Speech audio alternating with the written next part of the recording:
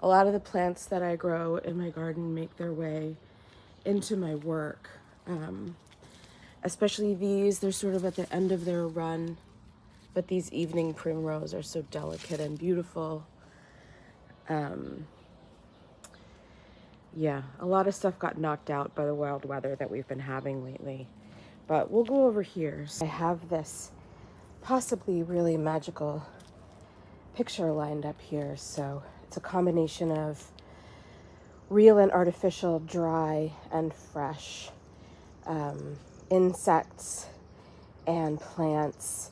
So if it works, it's also, the paper is moldy. So when I coated it with chemistry, it's got a lot of really beautiful foxing on it that you can kind of see. I'm hoping that this will print and I'll be able to tone it with coffee and walnut ink. Okay, we're gonna see if we got anything here. The old trusty baby pool. Hydrogen peroxide already in the water, which is why it's so blue. Which, you know, sometimes I like to use it and sometimes I don't. You can lose some of the really special details, but if you're not sure if your paper's any good, it can be nice to just like have that peace of mind. We'll see. This is gonna be a funny, funky print with this beautiful foxed paper. Fingers crossed.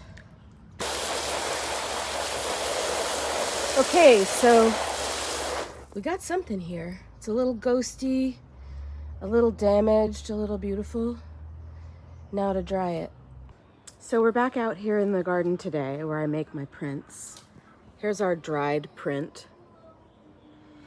The results are understandable. There wasn't a ton of direct sunlight, so anything that wasn't immediately in contact with the paper is out of focus.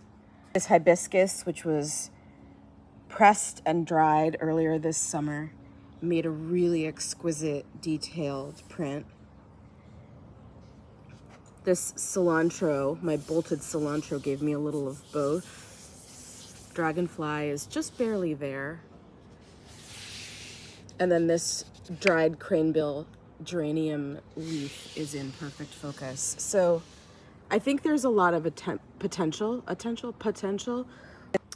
Very, very technical scientific tools of the trade. I'm sure you all recognize. Washing soda for bleaching, hydrogen peroxide for developing, homemade walnut ink from the banks of the Patuxent River, old coffee from my kitchen. Always have to make sure nobody throws this away. It's a daily battle. And our print. And we're gonna put some washing soda in. So I've poured the bleaching solution onto the picture.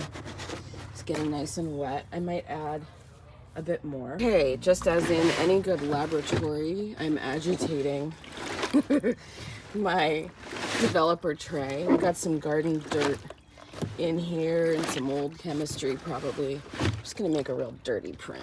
It's a real dirty print. So you can see it's already bleaching.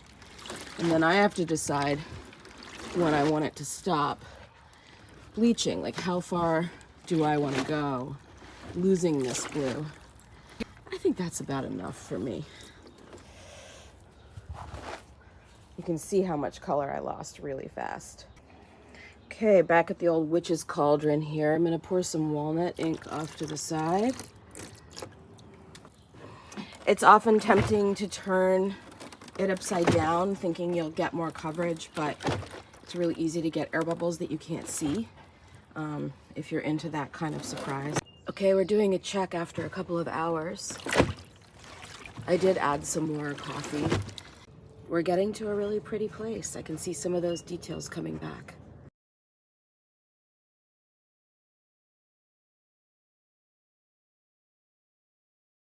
It's drying here on the rug. I got to a place I'm really happy with. So next up will be painting.